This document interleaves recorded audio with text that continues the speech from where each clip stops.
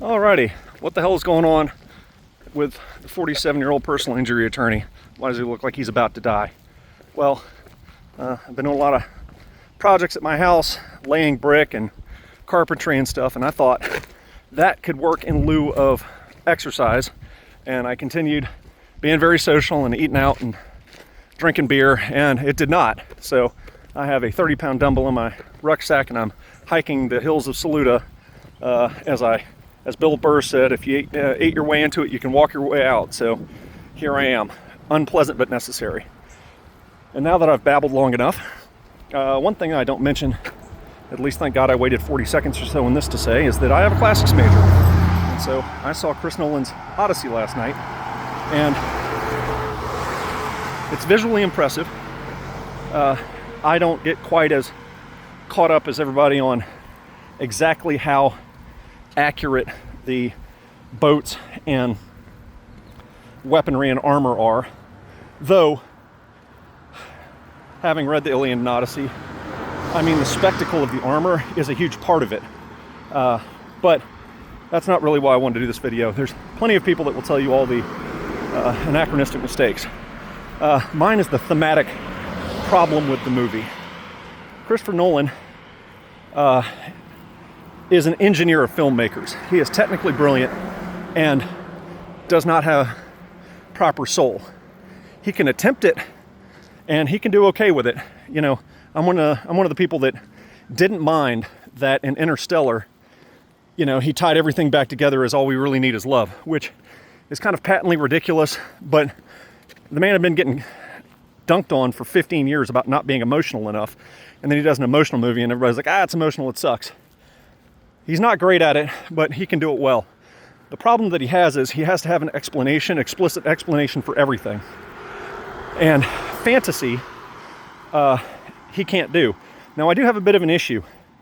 I've heard the Odyssey referred to as fantasy, in a manner of speaking, but that's just like calling the Bible, the Old Testament, fantasy. For the non-religionists, okay, but the problem that they're making is to consider that everybody is like them and doesn't believe as well, which is just not true.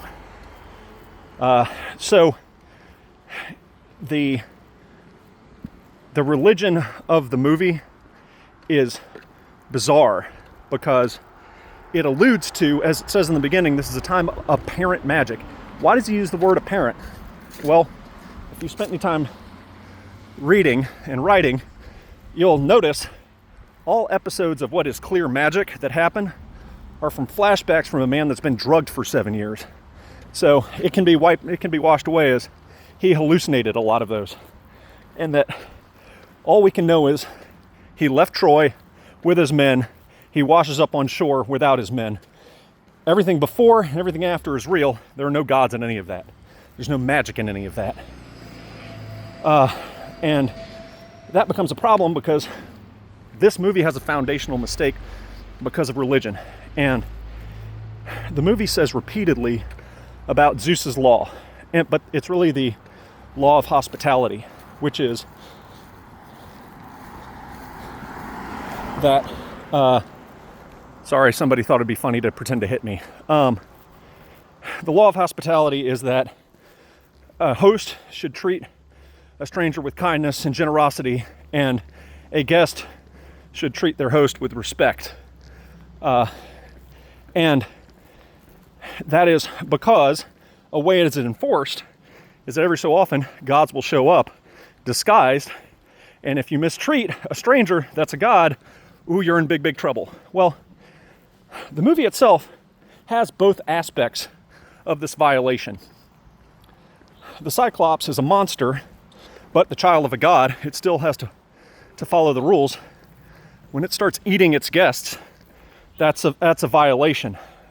And obviously, the suitors, from the guest perspective, by savaging and ravaging the palace, are worthy of blame. But the ultimate theme of the movie is that Christopher Nolan transmutes this hospitality law into something bigger and frankly more Judeo-Christian. And he says, well, really what that's saying is do unto others as you would have them do unto you. Well, I'm a Christian, that's in the Bible, but I do have a problem with that, because if you follow it to its explicit detail, you have a problem with, well, I shot that guy because he slept with my wife. Because if I slept with his wife, I would expect him to shoot me. So I am doing unto others as I would have them do unto me. Well, that really doesn't go with the actual premise of Christianity. So the golden rule, I mean, I think God would, Jesus would say, be perfect. So you have to know what good is instead of being relational, regardless. The Odyssey. So he flips it. And why does he flip it?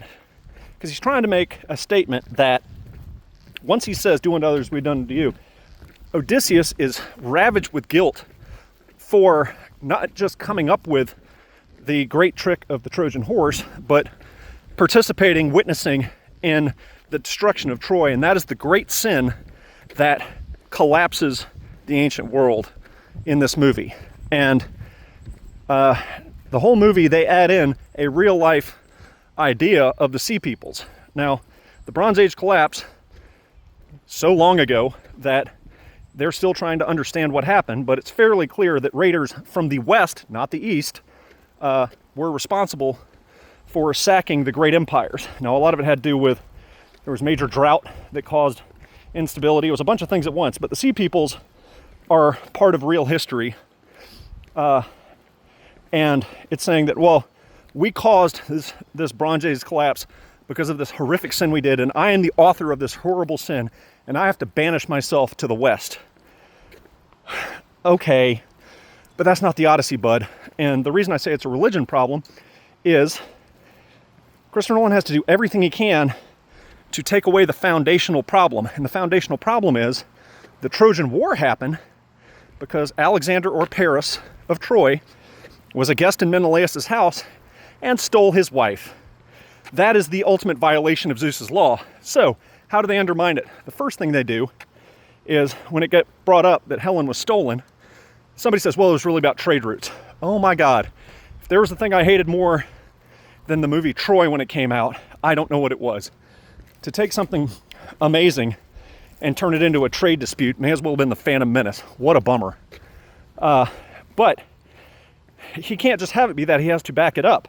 So what does he do? He disfigures Paris, or not Paris, Helen.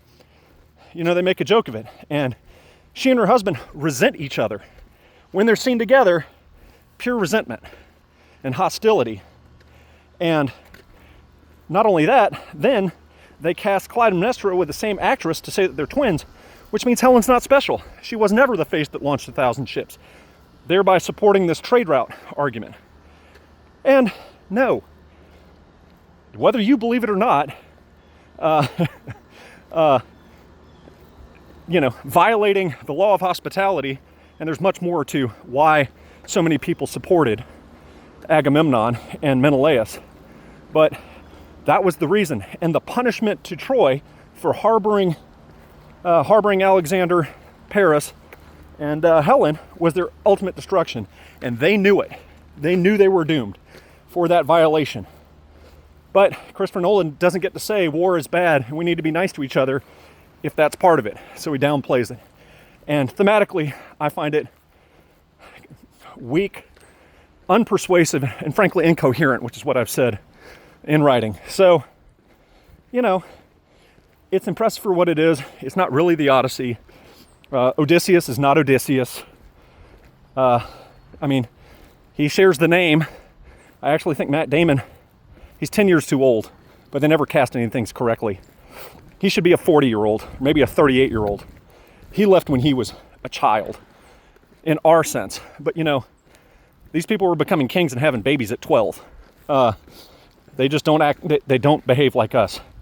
And one of the great things that's happened in modern life is when you read the Odyssey, people go, how did nobody recognize him?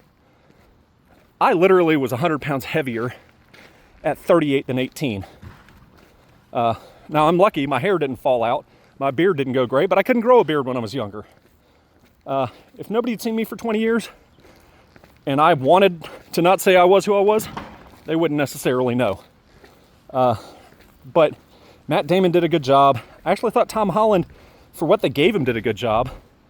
But they made Telemachus an insufferable buffoon. He's given explicit training on how to defeat people that are going to attack him.